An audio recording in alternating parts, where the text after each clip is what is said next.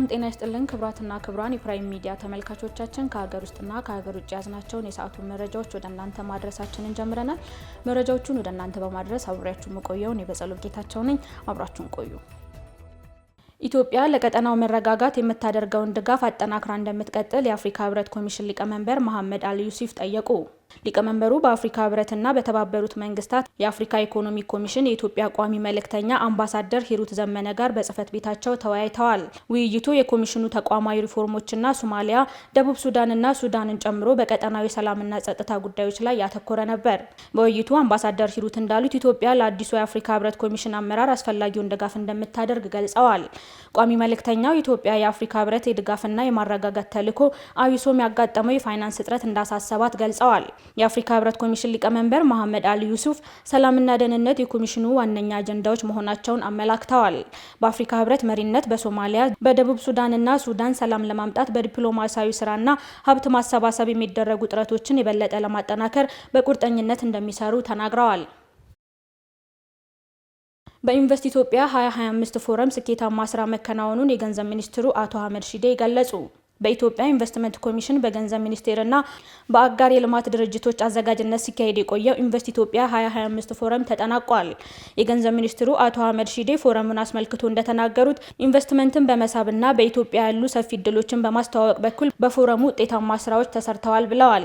ከበርካታ ዓለም አቀፍ ኩባንያዎች ጋር በኢትዮጵያ ኢንቨስት ማድረግ የሚያስችል ውይይትና መግባባት መፈጠሩንም ገልጸዋል። በዚህም መሰረት 5 ዓለም አቀፍ ኩባንያዎች በኢትዮጵያ $1.6 ቢሊዮን የውጭ ቀጥታ ኢንቨስትመንት መጀመር የሚያስችላቸውን ስምምነት ከኢትዮጵያ ኢንቨስትመንት ኮሚሽን ጋር ተፈራርመዋል። በተጨማሪም ለዘርፉ እድገት የሚያግዙ የኢንቨስትመንት ፖሊሲ ማሻሻያዎችንም በመድረኩ በስፋት ማስተዋወቅ መቻሉን አንስተዋል። መሶብ የአንድ ማዕከል አገልግሎት የተቋማትን አሰራር ለማዘመን ምቹ ዕድል መፍጠሩን የስራና ክህሎት ሚኒስትር ሙፈሪያት ካሚል ገለጹ። ሚኒስትሯ እንደገለጹት የተቋማት አገልግሎት አሰጣጥ ፍትሃዊ፣ ዘመናዊና ተደራሽ እንዲሆን መንግስት በትኩረት እየሰራ ይገኛል። ሚኒስቴሩ ባካሄደው ፎረም አገልግሎት አሰጣጡን ማሻሻልና ማዘመን የሚያስችሉ በርካታ ስራዎችን አከናውኗል። በተለይም ዜጎች ከተቋሙ የሚያገኙትን አገልግሎት ቀላልና ተደራሽ ለማድረግ በቴክኖሎጂ የታገዙ አሰራሮችን ማስረጽና መተግበር ዋነኛ መሆኑንም አብራርተዋል። ይህን ተከትሎም በተቋሙ የሚሰጡ በርካታ አገልግሎቶች ከሰው ንክኪ ነፃ በሆነ መልኩ በቴክኖሎጂ ታግዘው ተደራሽ እየተደረጉ ይገኛሉ ብለዋል። በፌዴራል ተቋማት በሙከራ ደረጃ ተግባራዊ የተደረገው መሶብ የአንድ ማዕከል አገልግሎት የተቋማትን አሰራር ለማዘመን ምቹ ዕድል እንደፈጠረም ሚኒስቴሯ ገልጸዋል። ማዕከሉ ዜጎች የሚጠበቅባቸውን ኃላፊነት እንዲወጡና ህዝቡ ከመንግስት ጋር ተቀራርቦ እንዲሰራ ምቹ ሁኔታ የሚፈጥር ስለመሆኑም አብራርተዋል። የአዳማ ልዩ ኢኮኖሚ ዞን $26.5 ሚሊዮን የሚያወጡ ተኪ ምርቶችን አመረተ። በልዩ ዞኑ የተመረተው ወደ አውሮፓና መካከለኛው ምስራቅ ሀገራት ከተላኩ የተለያዩ ምርቶች ከ12 ሚሊዮን በላይ ገቢ መገኘቱም ተገልጿል። የአዳማ ልዩ ኢኮኖሚ ዞን ዋና ስራ አስኪያጅ አቶ ጉልላት አበበ እንዳሉት በሀገሪቱ የማክሮ ኢኮኖሚ ማሻሻያ መደረጉን ተከትሎ ዞኑ የሪፎርም ስራዎችን ተግባራዊ ያደረገ ይገኛል። በዚህም በበጀት ዓመቱ $24 ሚሊዮን የአሜሪካን ዶላር የሚያወጡ ተኪ ምርቶች ለማምረት ታቅዶ ባለፉት 9 ወራት በዞኑ $26.5 ሚሊዮን የሚገመት ተኪ ምርቶችን በማምረት ከእቅድ በላይ ማሳካት መቻሉን አስረድተዋል። ለውጤቱም የማክሮ ኢኮኖሚ ማሻሻያ ማበረታቻዎች በአግባቡ በመተግበራቸውና የተለያዩ ማሽነሪዎችን በማስገባት ምርት ሊመረት በመቻሉ መሆኑን አስረድተዋል። በልዩ ዞኑ 19 ሼዶችን በመረከብ ስራ ላይ ከሚገኙ ኩባንያዎች መካከል 7ቱ የውጭ ሀገር ባለሀብቶች መሆናቸውንም ተናግረዋል። ክቡራን ተመልካቾቻችን እየተከታተላችሁ ያላችሁት የሰዓቱ መረጃዎቻችንን ነው። አሁን ደግሞ ከሀገር ውጭ ወዳገኘናቸው መረጃዎቻችን እናልፋለን። አብራችሁን ቆዩ።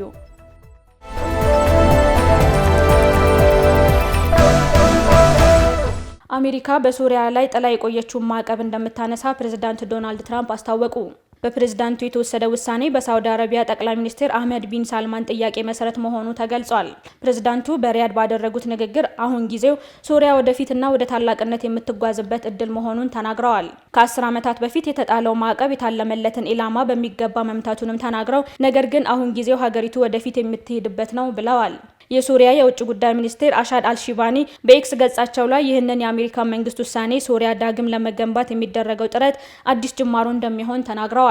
ትራምፕ የሶሪያውን ፕሬዝዳንት አህመድ አልሻራንን በዛሬው ዕለት ያገኟቸዋል ተብሎ ይጠበቃል ሲል የዘገበው ቢቢሲ ነው። በመጨረሻም 83.4 ሚሊዮን ሰዎች ከመኖሪያ ቦታቸው መፈናቀላቸው ተገለጸ።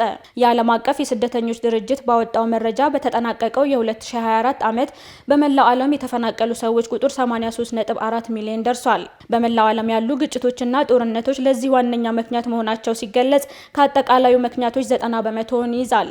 11.6 ሚሊዮን ዜጎቿ የተፈናቀሉባት ሱዳን በርካታ ዜጎቿ የተፈናቀሉባት ሀገር በመሆን በቀዳሚነት ተቀምጣለች። የስደተኞች ቁጥር በ2018 ከነበረበት ከሁለት እጥፍ በላይ መጨመሩንም መረጃው አያይዞ አመላክቷል ሲል የዘገበው ሲጂቲኤን ነው። ክቡራን ተመልካቾቻችን ለሰዓቱ ያዝናቸው መረጃዎች ይህን ይመስሉ ነበር። ቀሪ ፕራይም ሚዲያ ፕሮግራሞች ይቀጥላሉ። መልካም ቆይታ።